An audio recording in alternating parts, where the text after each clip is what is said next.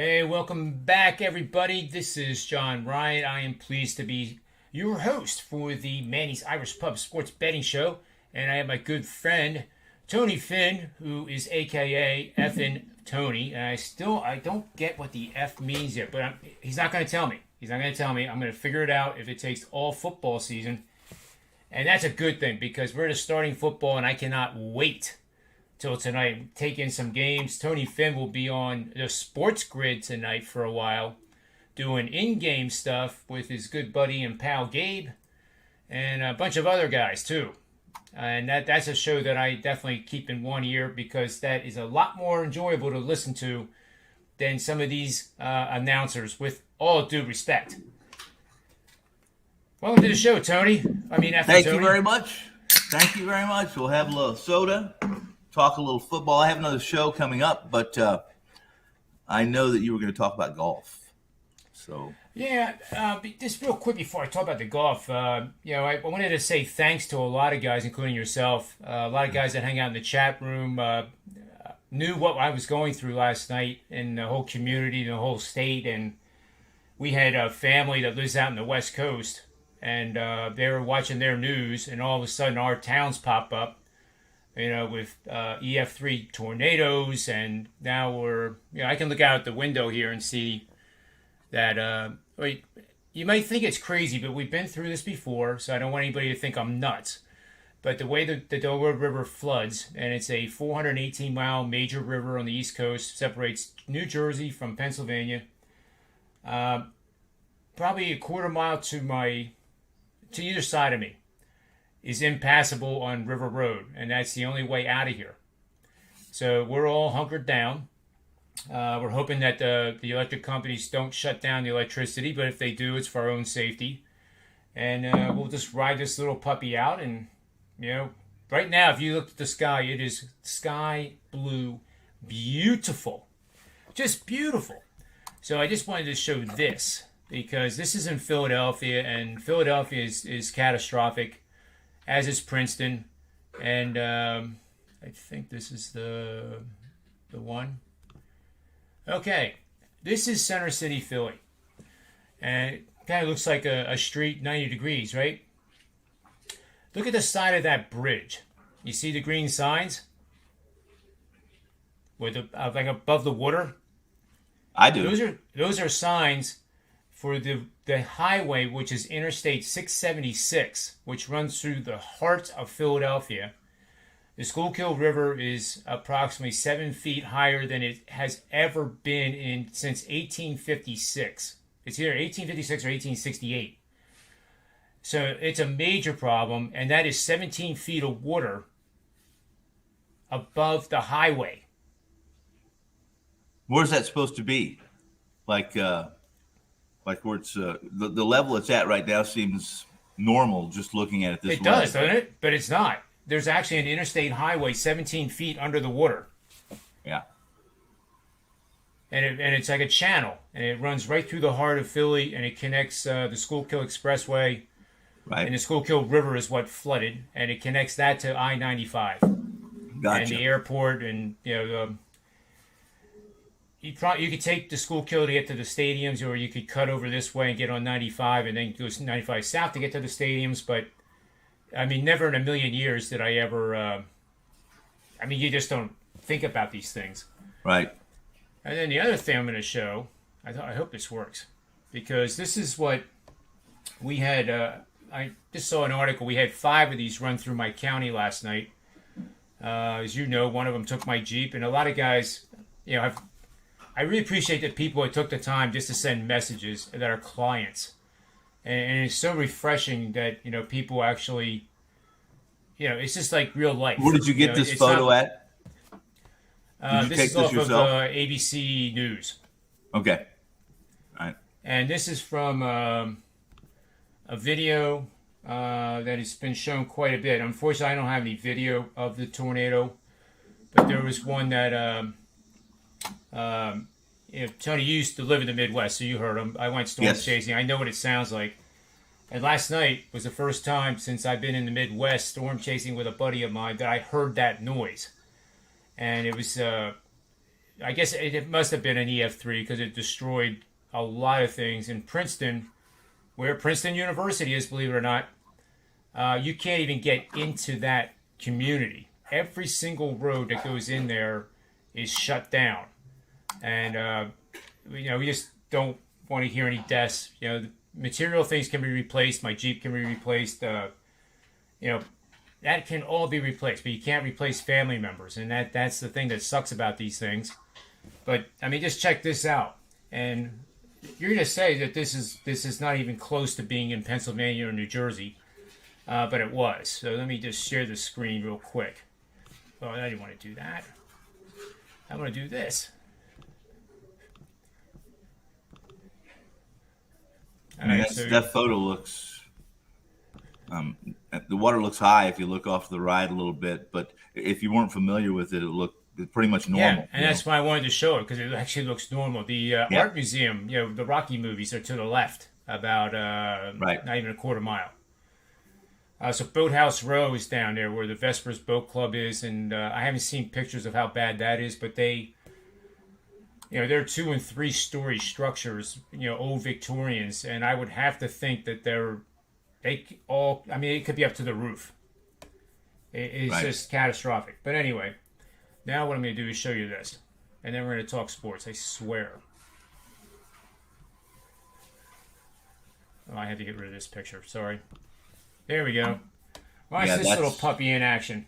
That's familiar. That side is very familiar. So now, you don't hear the sound, because I can't play the sound. Well, that's okay. But this was the best one I saw. But, Tony and I share probably an appreciation for tornadoes. Mine's kind of like a fascination with them. Yeah. But when I was storm chasing, I was always to the south and behind it. Sometimes we saw big tornadoes going through fields, and you could hear them. And where we were, probably 3 miles away, the sun was out, and it was just beautiful. Yeah, yeah. Here in the east, we have trees, and it does make a different sound. But this little monster here, took down some pretty big homes when it reached that neighborhood. It's hard to gauge, from looking at this, but that looks like a pretty wide funnel. I mean, at least it was called it was called a wedge, which you and I know what that is. That's a really broad base, and sometimes you can't see it. Like for example, the one that we heard and saw off in the distance to the south of us was. You could if you were driving, you could not see it, and that's the problem here in the east is that people were trying to get home, but they were driving right into them on 295, 95, the whole kit and caboodle. Now here's the other one now. So anyway, that's enough of that. Okay. But I just wanted to say thanks. Yeah. It makes you feel a little bit better when like somebody out west, especially a family member, sees it on the news and says, "Oh my God, I wonder if they're okay." Right. Well, I mean, yeah, I was glad to hear from Rob. So yeah. Now Rob was in the horse country, and not minimizing it. The tornadoes formed close to the Pennsylvania-New Jersey border, and there was one. You know what sisters are. Yes. There's one that I'm waiting to see with the National Weather Service. I was watching the radar, and then suddenly there was one approaching our community about 3 miles away, and all of a sudden there was two. And the announcers were saying that there was two. And the second one was not located before. It was brand new. So that too is pretty rare. Right. But it's just, we had... in all of 2020, which is the all-time record, we had 36 tornado warnings. That's the all-time record. And that's just an afternoon, We had, Midwest. Yeah, well, that's true. Yeah. And by comparison, there was years that we had none. There's more years in the last 50 that we had none here in the East Coast because we don't have those ingredients. And I don't want to get into the ingredients necessary because you and I know it. Other people might not even care. Right. But you have to have certain dew points and temperatures, and the cold wind coming off the Rockies or the cold Canadian air coming off the jet stream, and Correct. And Mother Nature got it right yesterday. If this is a cleansing process for Mother Nature, she got it perfect. Well, but it was pretty. I've seen these tornadoes, but I've never been this close to one. Right. And not knowing and not seeing, but hearing that was, you kind of just convince yourself you're going to be safe. Yeah, like we were talking about off air, that became kind of it's an everyday occurrence for the most part for somebody who lives Oklahoma, Kansas, Texas, in that area. Yeah. All right, so let's get to the Phillies. Okay. What we're going to do, guys and gals, we're going to, not always, but we're going to have shows where I'm going to pick a topic, or Tony will pick a topic, or Rob will pick a topic, and we may not agree on it. And that, too, leads to intelligence. That leads to learning something sports-wise that can make us better bettors. Now, what we're going to talk about today, and I'm going to get my browser up here, is the Philadelphia Phillies. And let's see. Where the heck is the browser? There we go. So, the Philadelphia Phillies. I'm going to say that in 20 games, they are going to be in first place in the National League East. Not that that's an endeavor that many teams would want to have right now, but I'm convinced that they will be in first place. At that time, well, you could say that they're going to be in first place with 6 games to go. And those 6 games are at Atlanta for 3, who's in first place now. And that's why I stopped there. And then the Phillies play at Miami for the final 3. So I'm going to walk you through this, Tony. Okay, I'm listening. They're playing Washington now and losing. I had them. I saw tomorrow's postponed. Already? Oh, no, that was postponed yesterday. Sorry, that's live Right. now. Right, so this is what they have remaining. They will have... Where the heck is it here? September. So they're playing Washington now. Aaron Nola started for the Phillies. I think they have lost or are losing. Right.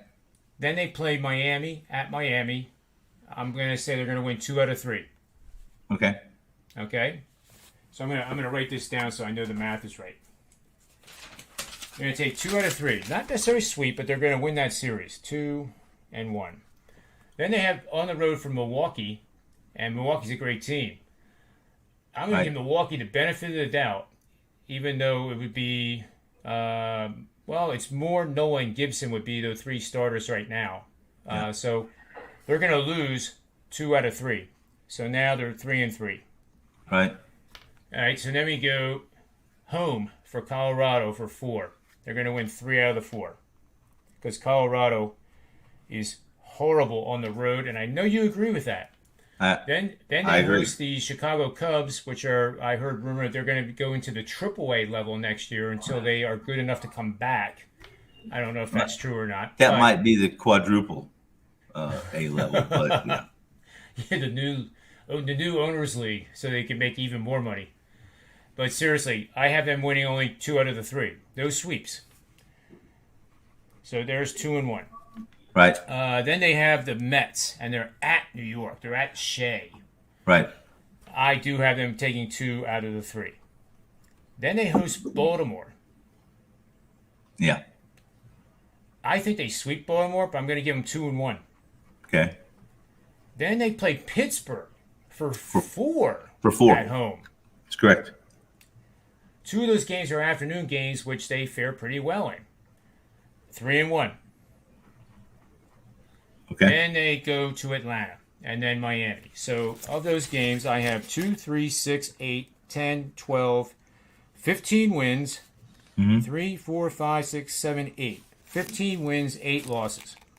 Okay. They're currently, I guess they'll be 4 games over 500 now if they lose. That puts them 12 games over 500 with 6 to go. Right.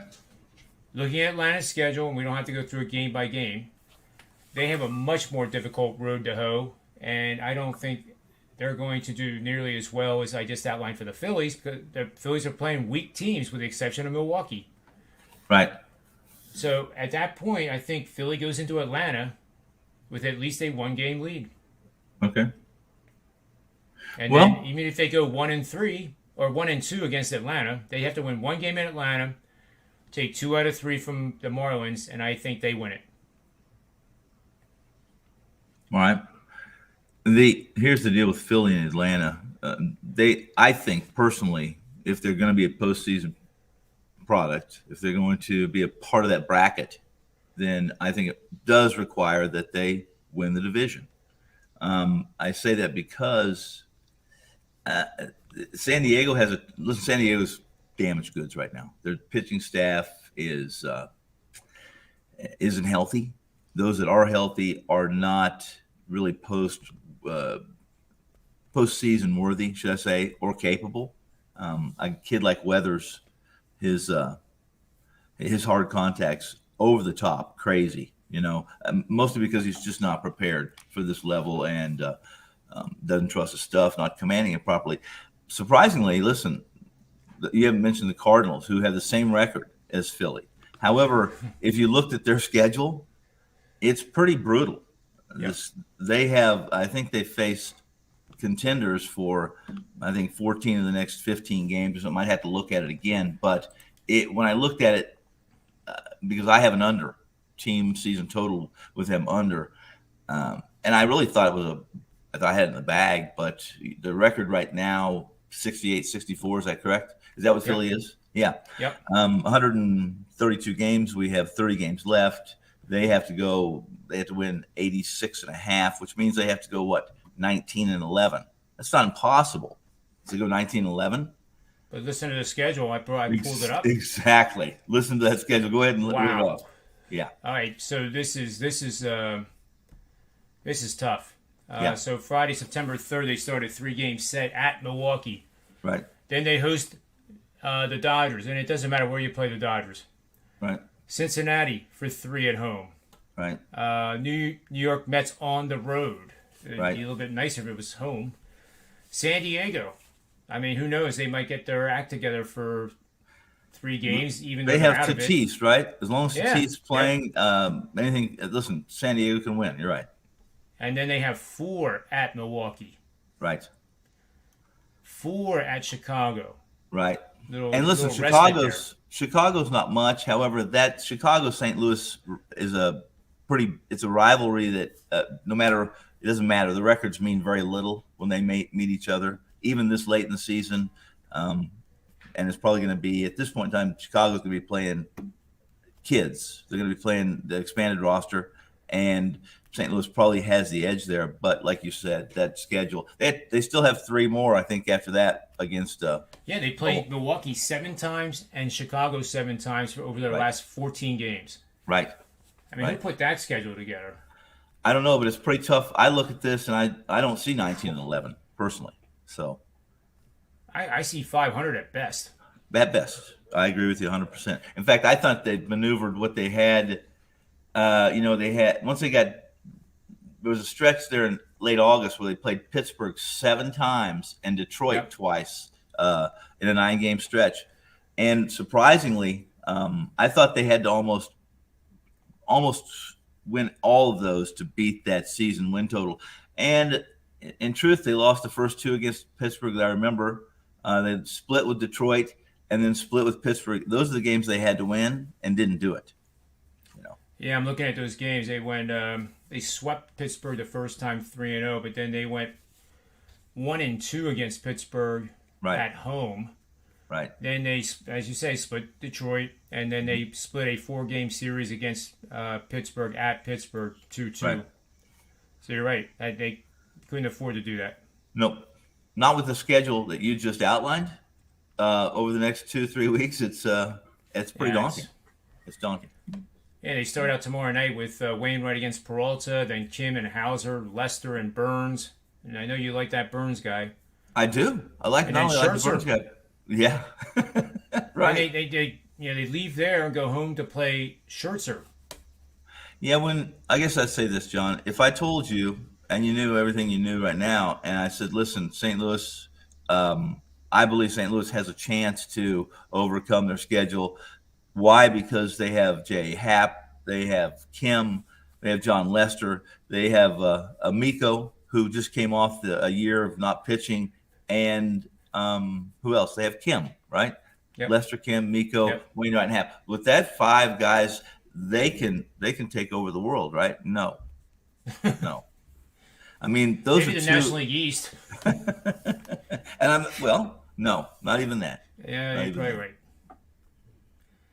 I did notice that the Dodgers overtook San Francisco, so yes. now our conversation on that was like, isn't it sad that one of these teams, especially San Francisco, has to have a play-in game? Yeah. Right now, I guess it would be against the Reds. Yes, it would. And listen, there's a lot of baseball left still. San Francisco, their schedule is a little, I think, in my opinion, a tad bit more difficult than that of the Dodgers. And right now, I had 3 straight plays on the under with the Dodgers during the series with Atlanta, and I thought I was fortunate in 2 of them. Truthfully, that one on Monday was a 9, opened at a 9, and of course I jumped on it and tried to tell all my clients, you need to get this 9 because it's not going to hold serve. It's going to go to 8.5 probably. So it did. They hit 7 home runs in that Monday night game. 7 home runs, 6 of them solos, and 1 was a 2-run. So it comes in 5-3 and 8. We come in under. Game 2 game 2 on Tuesday night wasn't quite as difficult. I don't remember the final on that, but last night, for instance, as soon as the Dodgers tied it up in the bottom of the 8th, 3-3, I thought, well, I'm done. Now, unless they score another run right now, I'm pretty much done. And what happened was they scored another run and made it 4-3. And I said, now I had to hope for an out because that game was a 7.5 last night. But I'll tell you what I liked last night about the Dodgers and what happened and what they did. And that was, I said, even at 4-3, I just need 3 outs to catch my under, right? Which would be a sweep. 3 unders, Dodgers, Atlanta, at Chavez Ravine, which isn't, listen, the ball was really carrying on Monday. It didn't carry as well on Tuesday and Wednesday. But here's the deal. Davey Roberts did not go to Jansen last night for that close, 4-3. He finally got your email. Finally. Or did he take your call? Well, he did go to a guy that's a little hot. It's a little hot and cold, which is Kelly. And Kelly, he meanders so much on the mound between pitches. It's amazing. You watch him throwing prior to the start of an inning, and it's quick, it's fluid, it seems natural, and then he gets on the mound, and he's not quite as concerning as Jansen because of his pitches are dynamic. If he can command them, he's one of those guys that has no hitter kind of stuff, while he's not stretched out for a full game. But that said, I was shocked that Roberts did not go to Jansen in that game. Now, I didn't pay much attention, John. I'll be transparent here. The 2 unders I had, I really didn't watch. I did watch that. I did watch the Monday night game, which I found real intriguing because of all the home runs and the way the ball was carrying. But it's very possible, and I'm going to check right now that maybe Jansen pitched on both those nights. I'm not certain, but I'm going to look. Maybe he just wasn't available. Maybe I'm giving Dave Roberts more credit than he deserves. I don't know. I hope not.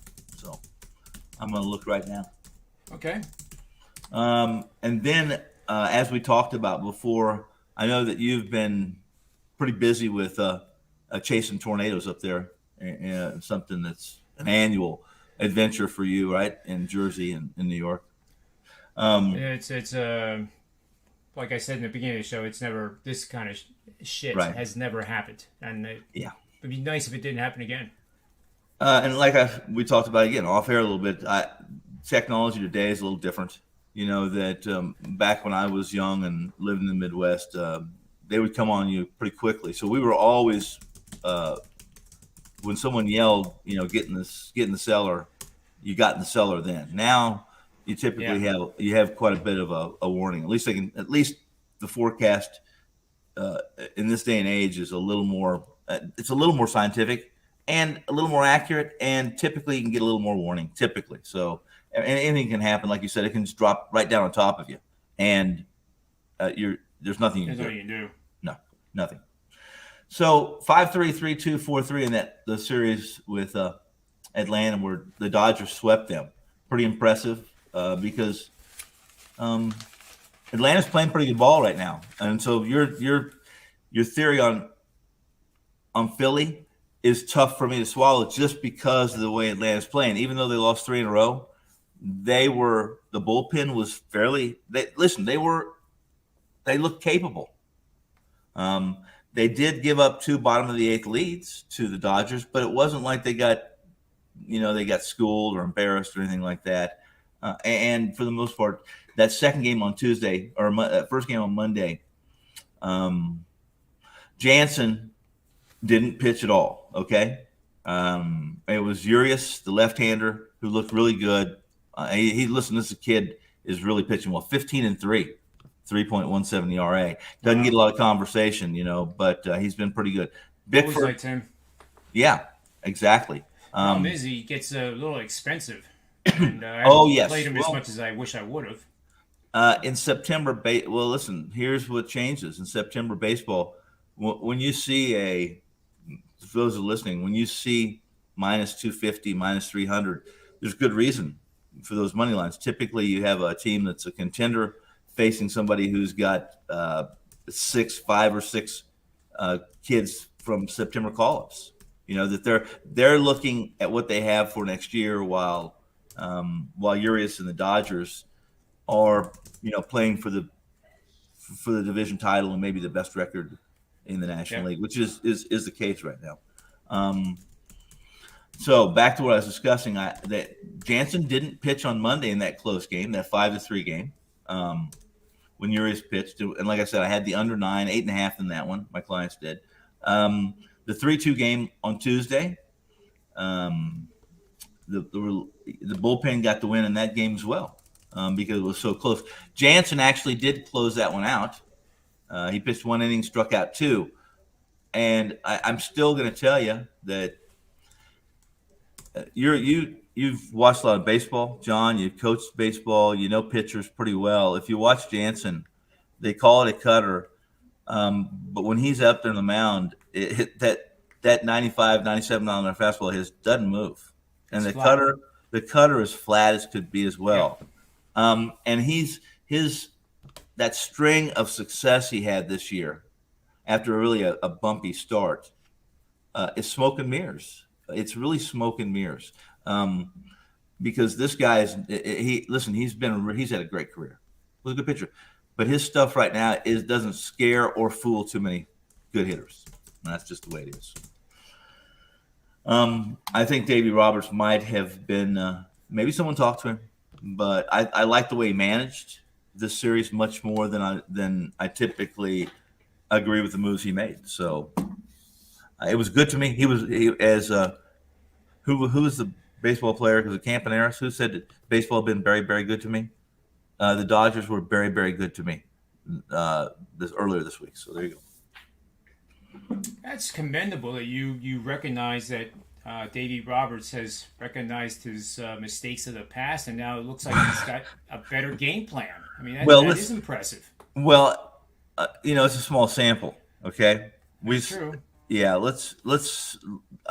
you can tell a lot about a baseball team this time of year, typically, whether they're managed well, and how you can do it. You don't even have to do it from the results of games. You can, and that's not completely accurate, but how well have they performed in relation to what the odds makers? Look at their plus or minus money from this point forward. In September, first week of October, have they outperformed what the bookmakers, the odds makers, expect them to perform, that level to they perform at? And it speaks at this time of year. It doesn't speak as much to the talent, I think, as much as it does to how players are managed. This is a difficult time of the year to play. A lot of players are exhausted, whether you're a seasoned veteran and you might be not that Pujols has played every day.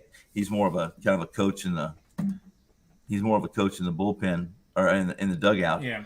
And I'm wondering at this point, was this kind of a gift signing for him to have a chance to be on the big stage. Be in the Fall Classic. Yeah, and get to 700 home runs.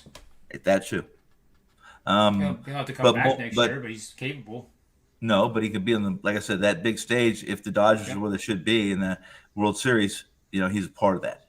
So, yep. Yeah. And if anybody, he's been a class act his whole career, so I guess that's a deserving thing if that's true for sure. Well, I'm going to say that he's, I guess, is the question now is he going to be part of the postseason roster? You see. Oh, that's a good point. Things change. They change when it comes to postseason rosters. Yep. Not that. Listen, it's a little different now. We have 26. As opposed to, because of COVID, I think we still carried that over. If I'm accurate, and that's 2 extra players. It's a big difference. Major League Baseball rosters. As you saw, we all had a chance to. I don't know that you guys out east stayed up to watch that 16-inning game between the Dodgers. Oh, that was amazing.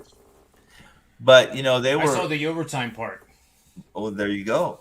Listen, you saw San Diego with a 26-player roster having to pinch hit with pitchers because they ran out of position players.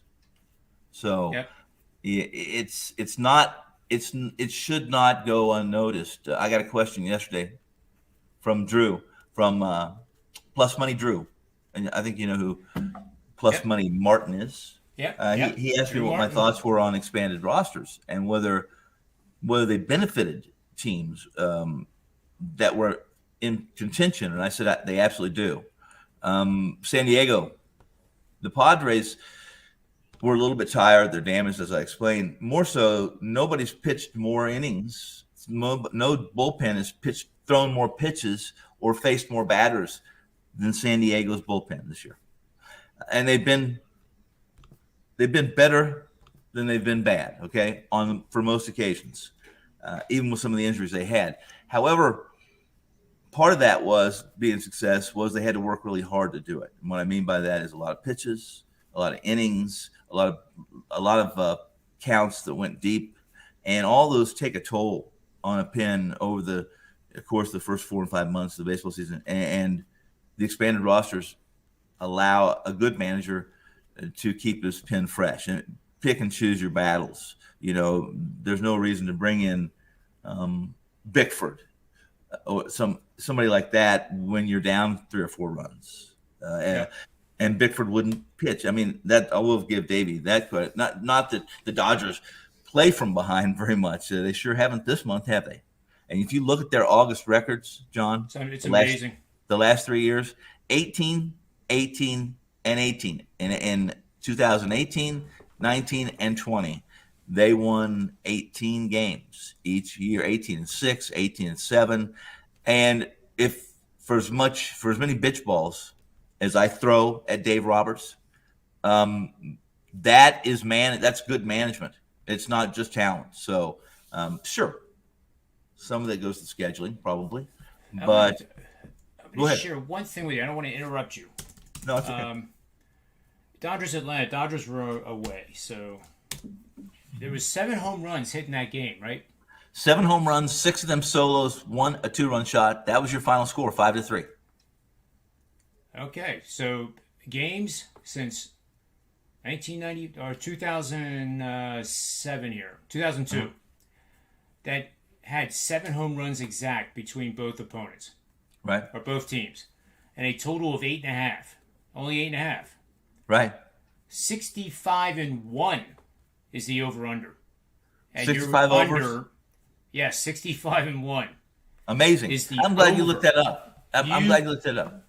Well, you said it was a little lucky, and the more I started thinking about it, there wasn't any room for like a crooked number on the scoreboard with 7 homers and an over/under of 8.5. I mean, that's amazing. That is absolutely amazing.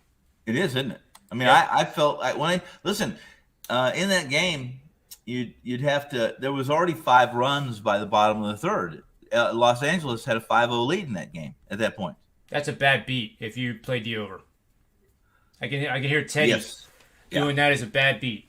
Yep. And then the Dodgers didn't score another run while Atlanta hit 3 solo shots. Wasn't it Atlanta maybe Atlanta hit the 2-run shot? No. Atlanta hit 3 solo shots. 2 of them were in the 6th inning. It was Soler, Freeman, and then Duvall hit one in the 7th to make it 5-3. In the 7th, the top 7th, and it held serve. So I was happy to see. Yeah, before I forget, we're hitting 64.7, I believe it is, on this show. I had a brief one yesterday because of the the weather situation. Just wanted to get it in though because I feel better talking sports at least for a while. And Jesse Schul had his bet was, I have it here, Brewers on the plus 1.5 run line, laying minus 140 wood. Right. And they actually won the game outright. Yeah. Well, yeah, I talked about that yesterday. I said this team has the best road record in baseball. That is true. They also have been well managed. If you look at their record in August or September, should I say, over the last 3 years, Counsell, as much grief as he catches, he's done a fairly good job as well. You look at them; they're plus money. They're plus money September team. This would be the first. I think this will be a third year in a row they've made the postseason. And people said, "Well, it's only the third season." I don't think Milwaukee has done that too many times, even in their long history of baseball. Yeah, I think you're right too. Actually, pulling up the 3-year records just for my purposes, and also share a few nuggets with the chat room. Okay. So I did the 2018, 19, and 20 season since we're just in the beginning of September. Mm-hmm. And let's do the worst team.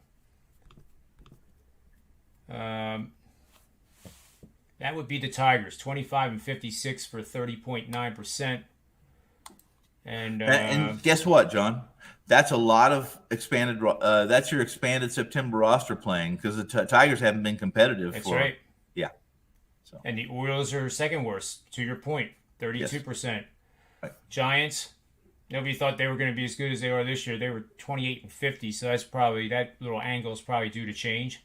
Well, last year they had their bullpen was listen. Their pitching has done not just a 180, but it's done 2 180s from what they really sold off.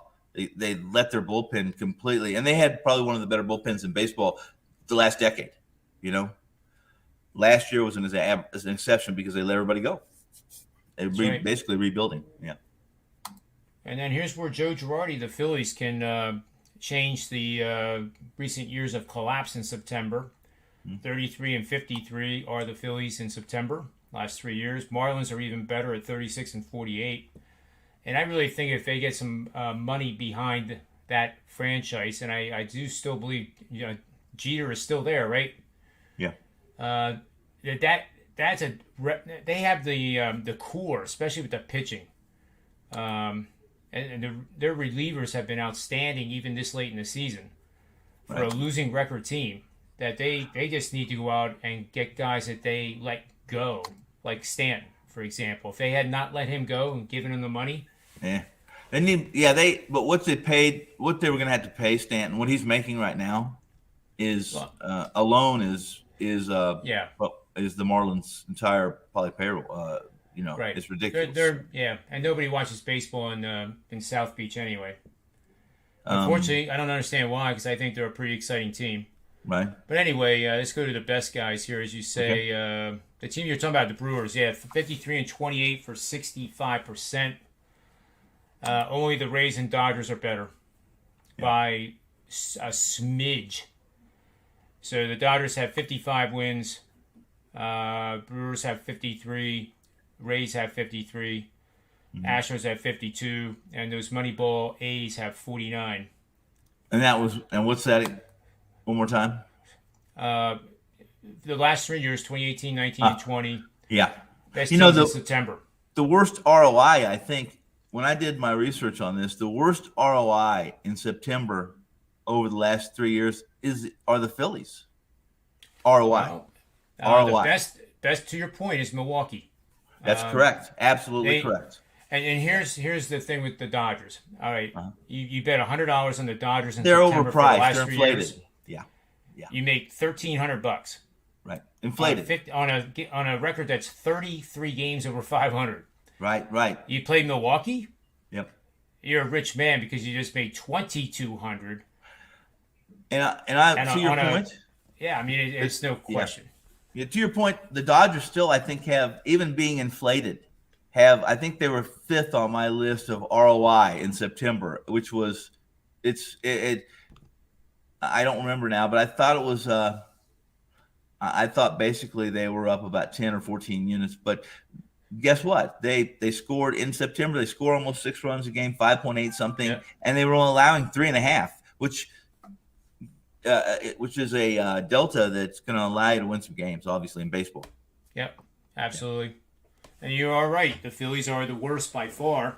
That's right. ROI. Let's put it this way: if you bet against them, it was pretty damn good because you made $2,150. Right. Betting against them blindly in September. And if you bet on them, probably lose 2,500, 2,800, something like that. That is correct. Yeah. 2,565 I have. There you go. Yeah. And then Giants are next, but it's several $100 better. Yeah, there was. Listen, some of the teams. Yeah, Cleveland was right there at the bottom over the last 3 years, but all those figure because of the Cleveland's kind of rebuilding. Detroit, as you mentioned. Listen, the Yankees have not been very good in September. There you over go. The last 3 years, You're looking over my shoulder here. Yep, one of the worst. Yankees 46-36, 10 games over 500. Yeah. Average betting line in September, and this is the public. There's no doubt about it. Oh, This is the market, and the market is what it is. They have averaged a minus 192 favorite, no matter if they're home or away. That's the average over these 82 games over the last 3 seasons. And if you bet against the Yankees, I mean, we all think that is so gutsy, but it really isn't. You would have made $1,270, which is almost as good. Actually, that's better than betting on the Dodgers to win in September. Well, yeah, right. So if you do both of those, you bet on Milwaukee and you bet against the Yankees in September. Right. I wouldn't bet against the Phillies this year just because I want to see what Girardi does. But historically, those 3, and you wake up every day and put pizza money on them, that'd be a fun thing to do. Yeah, listen, part of that is the Yankees also. They were 3 games over 500 every single year, 18, 19, and 20. They were only 3 games over 500 straight up record. If I remember correctly, I looked at this extensively. Like they won 15, 14, and 15, or 15, 14, and 16. And I'm getting old. My memory's not as good as it used to be. But only 3 games over 500 for the Yankees in each one of those years. It doesn't surprise me. We don't even have to look at the bookmakers and what their numbers were. You and I both know you're a loser with the Yankees. Houston, the last 3 years, has averaged a minus 215 favorite. They're 52-30, 22 games over 500. Yep. But if you would have bet $100 on them, you would have made $550. Amazing. That's amazing because and that's really piss poor. I mean, it's it's still amazing that Houston, they're still a public team. To some degree, they're still a public team. And they haven't been over the top last week or so, 10 days or so. I've lost a little bit of faith in them. I've been calling them the best team in the American League balance wise, especially with the additions to the bullpen, at the trade deadline. Yep. But some of their starters, they haven't hit the ball like they are. This is a team that doesn't strike out very much. They make contact. And for instance, they were shut out 2 nights in a row by who were they playing? They were playing Cleveland. I don't remember who they were playing now, John. They're calling me right now. They're calling to ask me about why I'm dogging Houston. They haven't scored any runs. So. Is that a call you have to get going?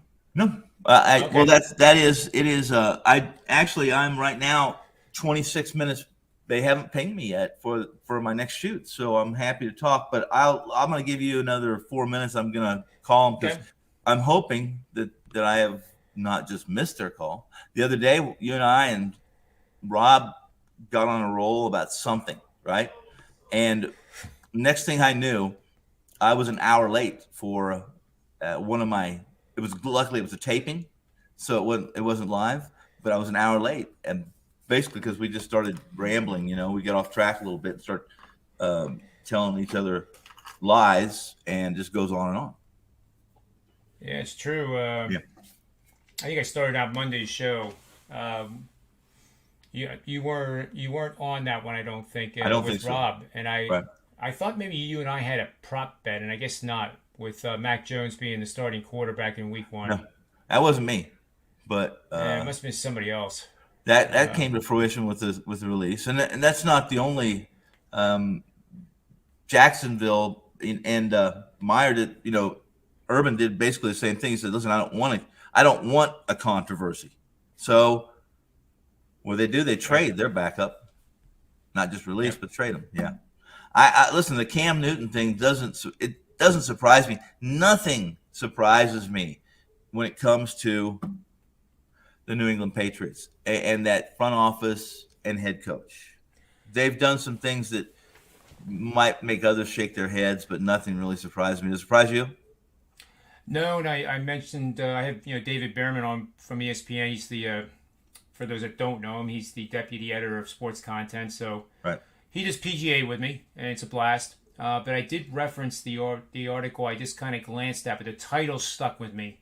Mm-hmm. It was along the lines that Belichick does not coach scared and will not allow anybody to let him coach scared. No. And that's the difference. And that's a lot of the reason why he has those rings and the others don't. Yeah, I would say so, because there's been many times. I agree with that, John. There's been many times during the Tom Brady era where they released some players that didn't want to pay them. And listen, I don't begrudge any organization for wanting to be budget conscious or be below the cap and get as much talent, underneath that ceiling, that cap ceiling, as you can get. And sometimes you have to give away a big talent to have two or three good talents. Okay.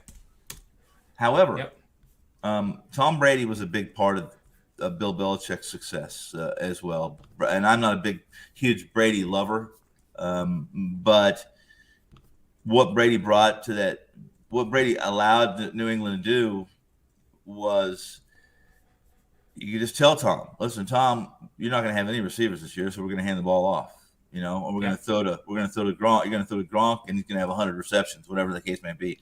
And Brady made the best of it. There was times when they had a lot of receivers, and he threw for 4,000 yards, but they were pretty versatile. And he was Brady. Like him, love him or hate him, he's still doing it. He's still doing it. Yeah, I mean, there's no doubt about it. Yeah, ball speed is there. Yeah. And they keep track of spin rates now too in football, and that's an important thing because that goes through the wind. Yeah. Well, let's a little nugget, and then I'm out of here. And the nugget is that with the wind and the storms, it's a little bit early. I usually don't pay attention to wind too much or weather too much in college football at this time of year. I wait until October, if Thanksgiving kind of rolls around. Then I'm a little more conscious. So, however, there are some season opening games this weekend where the wind's going to be more than 10 miles an hour. And while it may not seem large, John, when there's a 10-mile-an-hour plus wind in college football games, the under is about 57%. It's just the way it is. And, of course, defenses are ahead of offenses this time of year. I'm not going to provide evidence of that. Just trust me when I tell you they are. And especially in the day and age where a quarterback U, and I'm now calling Ohio State quarterback U, by the way. There's linebacker U. And I know that was Penn State. Right, exactly. But some teams are known for their position, producing certain positions or personnel at positions to the NFL. Ohio State's never been one that produced first or second round picks that are quarterbacks. In fact, between Well, I can't remember now. I'm trying to think. I read this too, and it's not off the top of my head. But long story short is, right now with Day and Wilson as OC and Day as the head coach, these guys are they're running his offense, these mesh schemes that are Andy Reid and what Andy Reid and what was the head coach of Minnesota 5 years ago? It was Oh, wow. I'll bring it up. I have his face. I just can't. Yeah. But Well, look it up. It's just I told you I can remember certain numbers. When it comes to names, I'm horrible. I don't know why, but I just am. And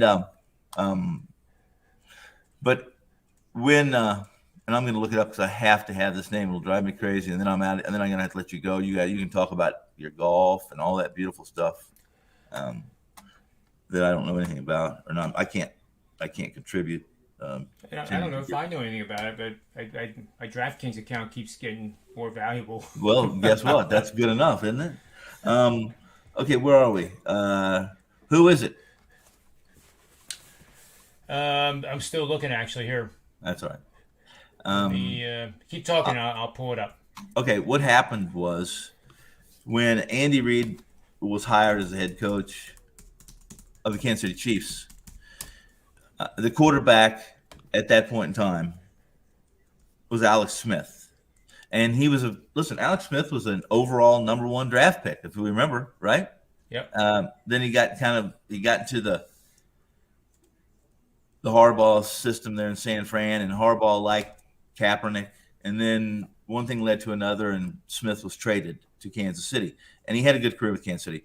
But there wasn't a quarterback, there's a few, that were the king of checkdowns, like Alex Smith. That's just, he didn't have a lot of receivers, and as he got older, he was more of a game manager. Long story short is, when it was time, when they moved up to draft Mahomes, Andy Reid was already working with a guy who is, I think, is a sharp guy. Offensively, defensively, you name it, a sharp guy. And I'm waiting for the name, and I'm embarrassed again. It's horrible. Leslie Frazier. No. No, it's been the same guy ever since. Let me go back here. No. Where the hell is my page here? It's just stupid. I mean, I know I've written about him 100 times, and here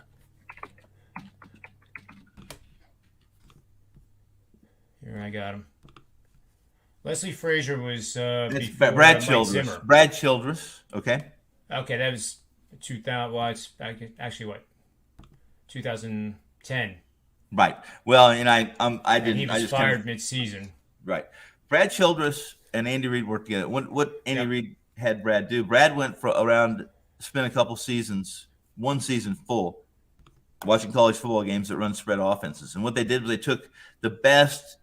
Basically, he came back with all the charts, all the film, all the notes, and they create which is a mesh scheme. And a mesh scheme is this: it's where you're taking receivers and running crossing routes and underneath routes, and not just any receivers, but in my opinion, you'll see it every single team. That's speed receivers against position players that cannot keep up with speed, and then by doing that and throwing underneath like that, what it does is it creates defenses to cheat a little bit with their linebackers and even bring their safeties up a little bit.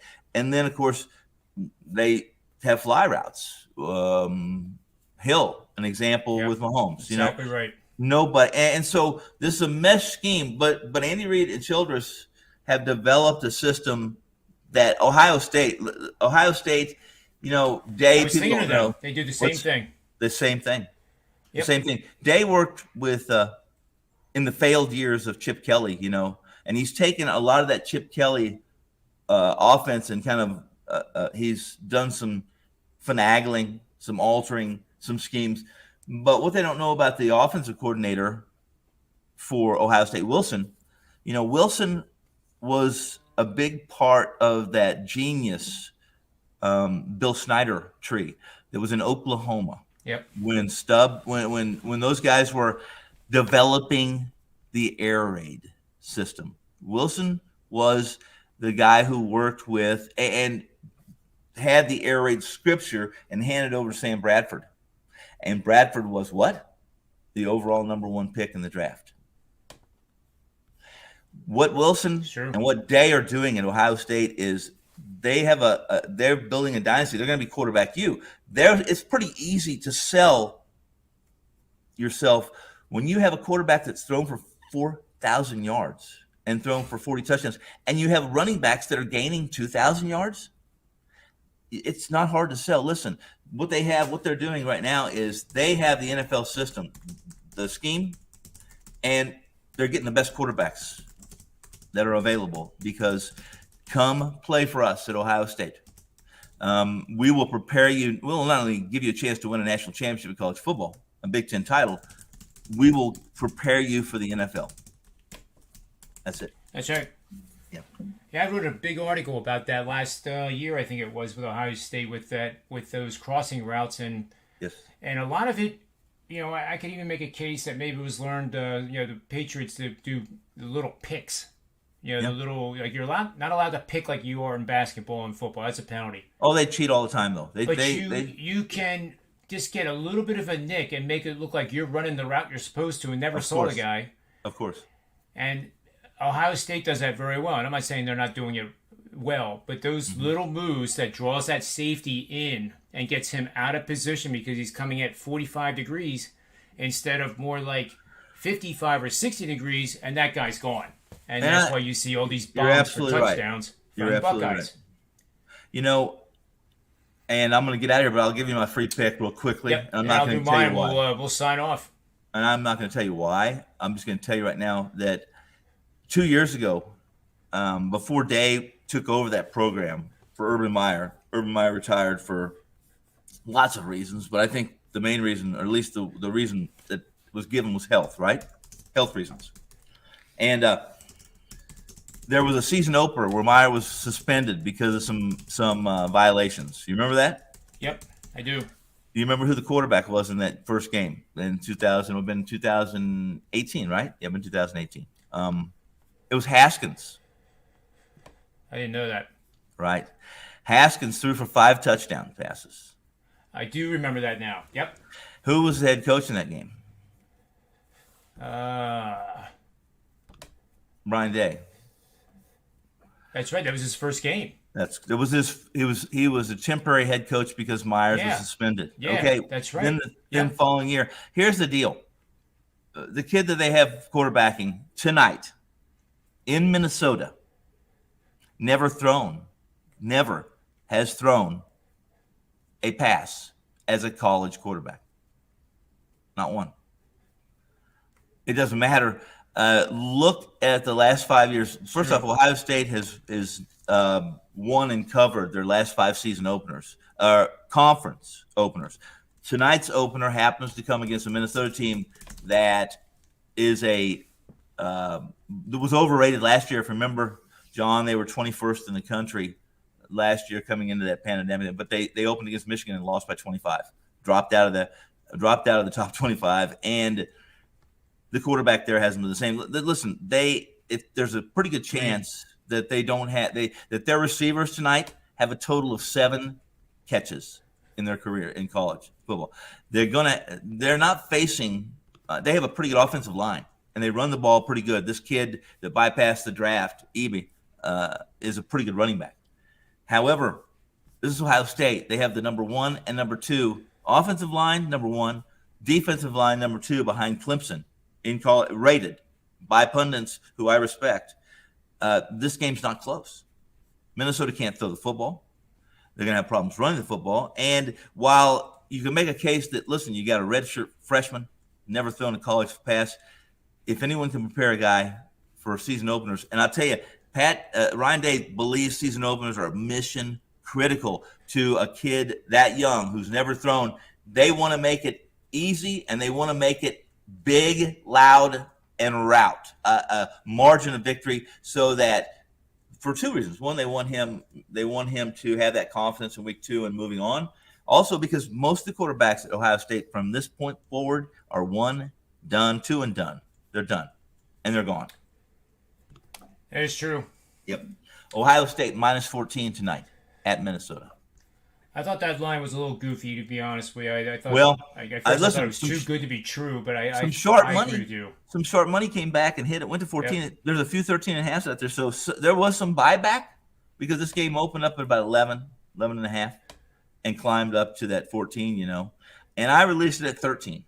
But I think it's good to 17. I said I would have played this to 16 and a half. Let's say the line was 16 and a half. I probably would have released it. I may not have released it as a best bet. I still believe that Minnesota, unless something happens and they're able to get a 14-point lead and go to 3 yards in a cloud of dust, offensively, had this game been played in snow, cold weather, I give Minnesota the Gophers a chance at home, but not tonight.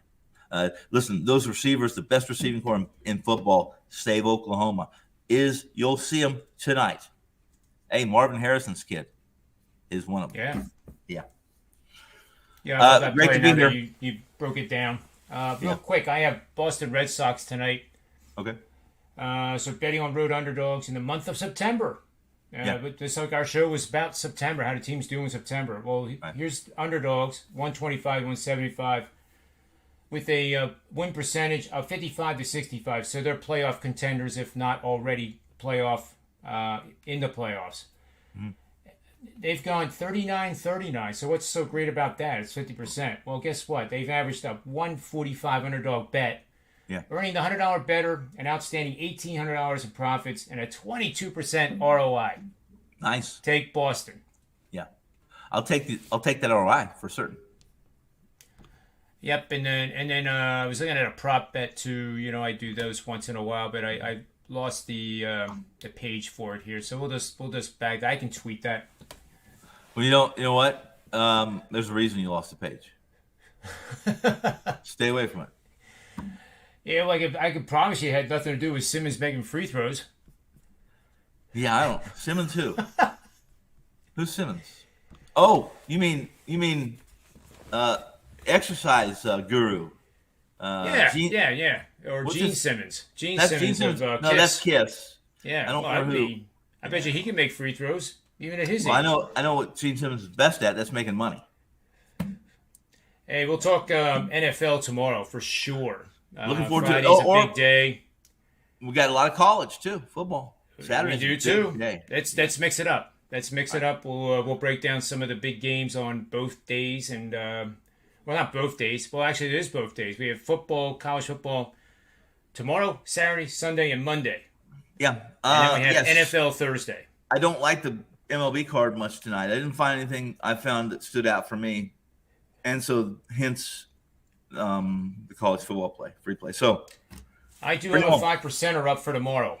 I got one up for Saturday. I have one game that I like a lot on Saturday, so we can talk more. And I'm not afraid to give it out, so I'm not afraid to give it away. You don't have to do that. I mean, but you have to stick. Here's the deal: you got to come to the show tomorrow and listen, and I won't even give it out until the end. So there you go. And don't try to log in. Merrill on here for some vocabulary questions because he seems to be addicted to that. I did I think I did baseball yesterday with Steve, and he's on it. He's on a nice little totals run in MLB. So yeah, he is. Yes, he is. Yeah. That's another guy to go over to WagerTalk and tail those totals. I mean, he's good at it. Right. Okay, buddy. All right, Tony. I'll let you jump, man. Okay. So for Tony, Finn, myself, Rob Veno, who's not in the house because he has a really fun day planned for his family, which is awesome. Yes. We'll let him explain that probably on Monday, I think, is the next time he'll be on, given his schedule. So for Sports Memo, WagerTalk.com, may all the wins be yours tonight. A lot of my friends are going to hate